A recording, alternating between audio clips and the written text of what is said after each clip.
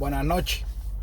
Voy a aprovechar y hacer un video para que la gente de Florencia ya vean, vaya, escuchen y narrado por mí, ¿ves? Por personas que han vivido las cosas. Y lo estoy haciendo porque el último video que hice relacionado con alguien de allá de Florencia ha levantado polémica, ¿ves? En algunas personas, en otros están de acuerdo con lo que dije, pero bueno, yo respeto las opiniones de todos. Pero yo les voy a contar de vez en cuando tenga tiempo. Hoy ha sido un día largo y acabo de parar, ni he comido.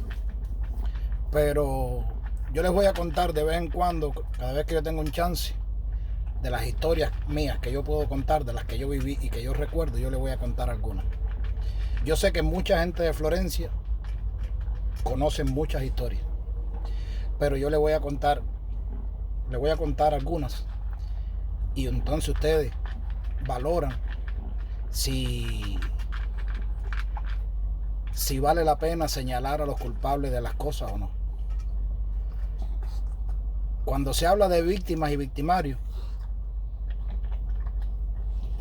los que fuimos rechazados por el sistema de alguna forma o fuimos acosados por el sistema, siempre vamos a ser víctimas.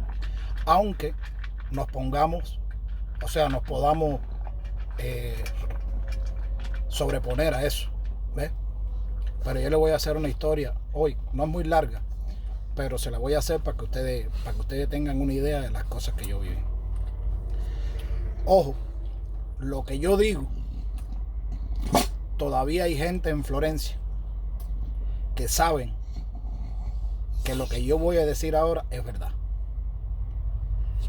Hay gente que vive en Miami, que vivían en Florencia, que saben que lo que yo voy a decir es verdad.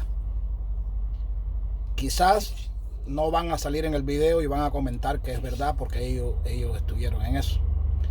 Pero ahí les va la historia mía. Yo no sé, quizás de las personas, tienen que haber sido un poco mayor que yo, por supuesto, para que recuerden eso. Pero donde estaba la canastilla antes, ahí en la esquina, en las cuatro esquinas, no en las cuatro esquinas, sino en la esquina ahí donde estaba el rumbo, que estaba la canastilla, que estaba la tienda de Celedonio, creo que era.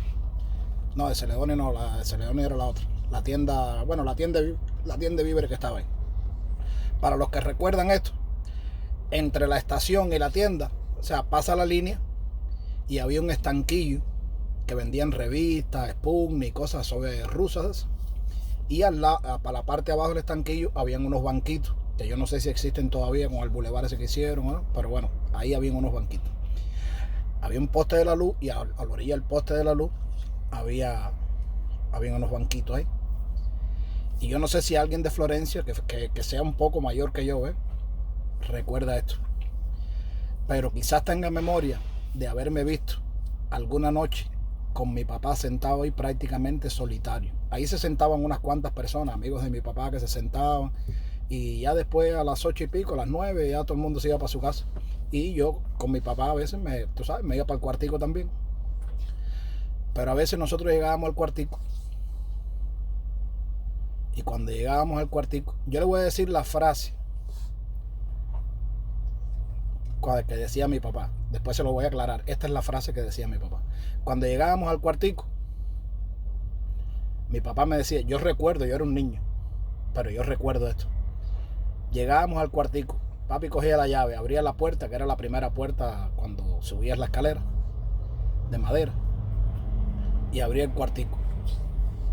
Y cuando entrábamos al cuartico, encendía la luz y me decía, ¿tú sabes qué? No cazaste muchas esperanzas. Vamos para allá para ver si cazamos 2 o 3 más. Entonces, papi, las esperanzas que yo cogía, yo le cogí miedo a las esperanzas de por vida. De hecho, con el tamaño que tengo, si una esperanza me vuela para arriba, corro. No sé si fue por ese trauma, ¿ves? Entonces yo me ponía a cazar esperanzas, las cogía por las paticas de atrás y papi con la camisa le daba así a morder la cabecita de la esperanza y así se la arrancaba. Y para mí eso era una fiesta. Pero detrás de esa historia de cazar la esperanza o las esperanzas que habían ahí que volaban abajo de la luz, por eso le dije lo del poste de la luz y los banquitos, hay otra cosa.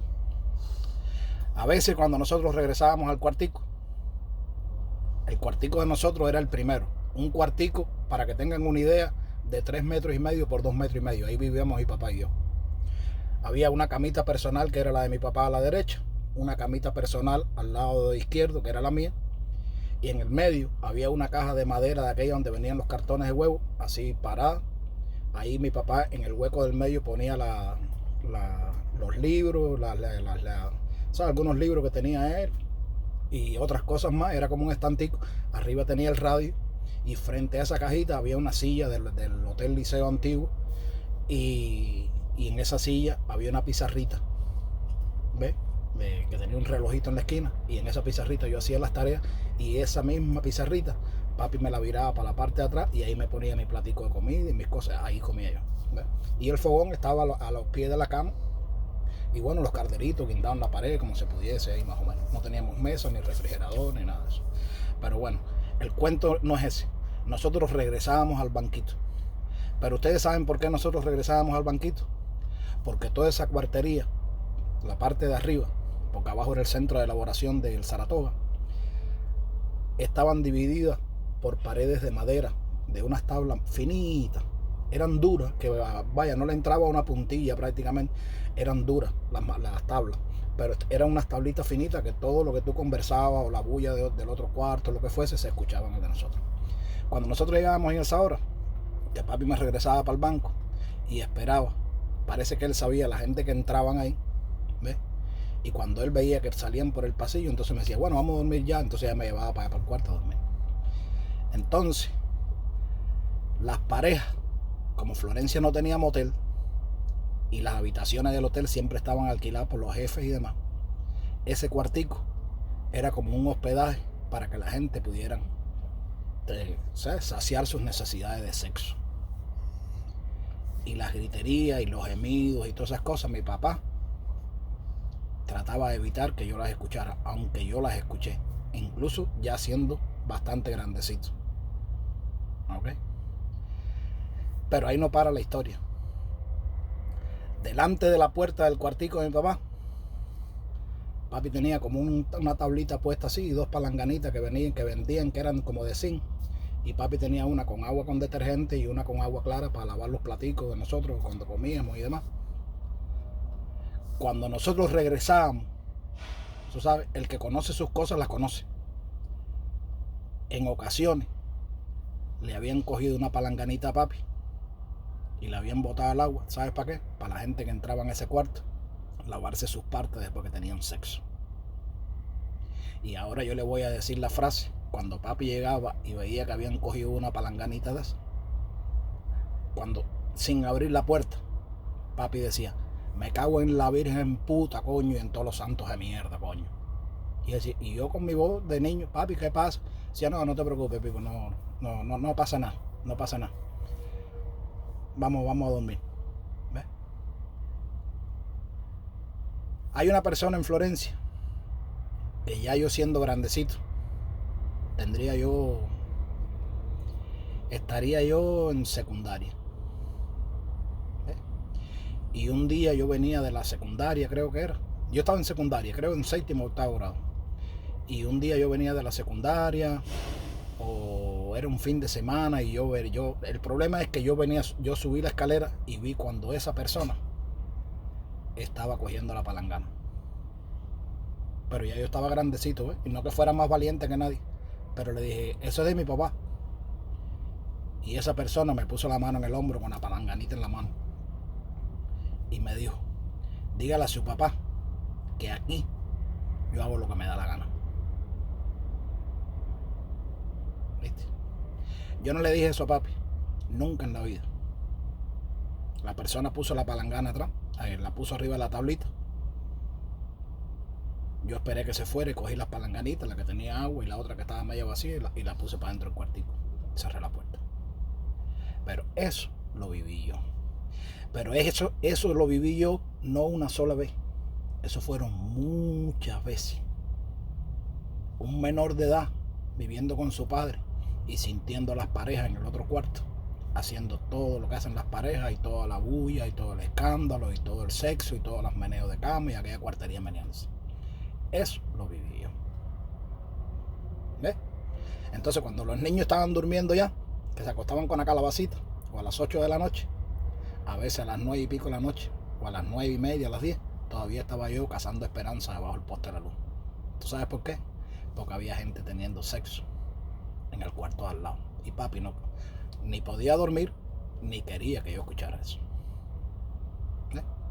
Entonces, ahí tienen algo de lo que sufrió un preso político y su hijo, condenados a vivir en un cuartico de 3 metros por 2 metros. Imagínense, cojan ustedes un hijo, el que tenga hijo, párelo a su lado y marquen en el piso un cuadro de 3 metros por 2 metros. Cuando usted marque ese cuadro, ponga 2 camas cameras, algo en el medio, ponga un fogoncito en la esquina. Ahí en ese lugar viví yo hasta los 20 años. ¿Viste? Mi papá trabajaba en la pizzería y no le daban derecho ni a un ventilador. ¿Viste? Y no faltó nunca el trabajo.